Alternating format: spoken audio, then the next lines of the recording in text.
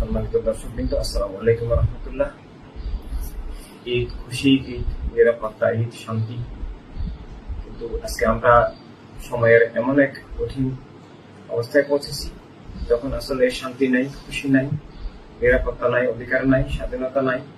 আজকে আমরা ইসলাম এবং অন্যান্য ধর্মের নামে অধর্মবাদী, জঙ্গিবাদী যে রাজনীতির শরীরের রাজনীতির দল এবং মানবতা বিরোধী, জীবন বিরোধী, বস্তুবাদী, চেতনা ভিত্তিক, বস্তুবাদী, জাতীয়তাবাদী, উগ্র, হিংস্র, পাশবিক রাজনীতির শিকার বাংলাদেশ এবং সারা দুনিয়ায় জুলুম, অবিচার, শোষণ, নাশকতা চলছে। বিশেষভাবে গাজা ফিলিস্তিনি ব্যাপক গণহত্যা চলছে। শিশুদেরকে, মাদেরকে হত্যা করা হচ্ছে, ঘর বাড়ি ধ্বংস করা হচ্ছে। তাদের খুশি পালানোর কোনো সুযোগ নাই। আমরা অখণ্ড মানবতায় বিশ্বাস করতে হবে। সব মানুষের সুখ দুঃখ আমাদের সবার একাকার বিষয়। মুসলিম মিল্লাত আমরা ইমানি ভাই বোন।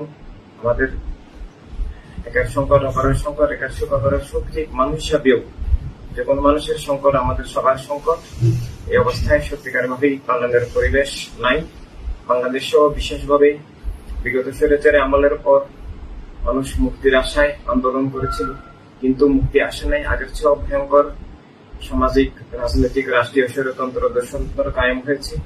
সরকারি পৃষ্ঠপোষকতায়, সরকারি প্রশ্রয়ে ইসলামের নামে অধর্মবাদী, জঙ্গিবাদীদের তাণ্ডব চলছে। অপরাজনীতির দস্যুতা চলছে, ক্ষমতার লড়াই চলছে, রাষ্ট্র জবরদখলের লড়াই চলছে।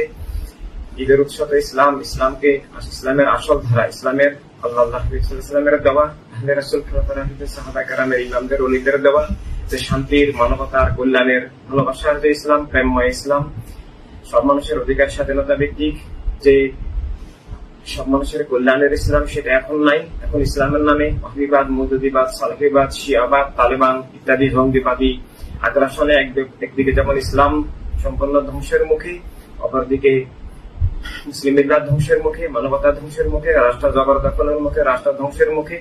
বাংলাদেশে আমরা ভয়ঙ্কর ভাবে অগ্রবাদী সাম্প্রদায়িক স্বৈর রাজনীতির প্রাদুর্ভাব দেখতে পাচ্ছি। সারা প্রতিদিন হাজার হাজার খুন হচ্ছে, ঘরে বাড়িতে ডাকাতি হচ্ছে, মা বোনদের, ভাইদের, শিশুদের কারোই নিরাপত্তা নাই, ঘরে বাইরে নিরাপত্তা নাই, ঘরের ভিতরে ঢুকে ডাকাতি হামলা হচ্ছে। দেশটা রাষ্ট্রহীন একটা মারাত্মক বন্য জগতে পরিণত হয়েছে। এভাবে আগামী ভবিষ্যৎ আর আচ্ছন্ন হওয়ার আশঙ্কা দেখা দিয়েছে।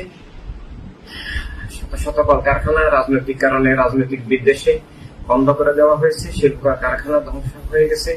লক্ষ লক্ষ কর্মজীবী মানুষ বেকার। এই রমজানের মধ্যে পর্যন্ত বিভিন্ন রাজনৈতিক বিদ্বেষে, দলীয় বিদ্বেষে রাষ্ট্রকে অফিস আদালত, কলকারখানা, ব্যাংক দলীয়করণ করা হচ্ছে, যেখানে হাজার হাজার লক্ষ লক্ষ ভাই বোনকে চাকরিচ্যুত করা হচ্ছে। ঘরে ঘরে হাহাকার।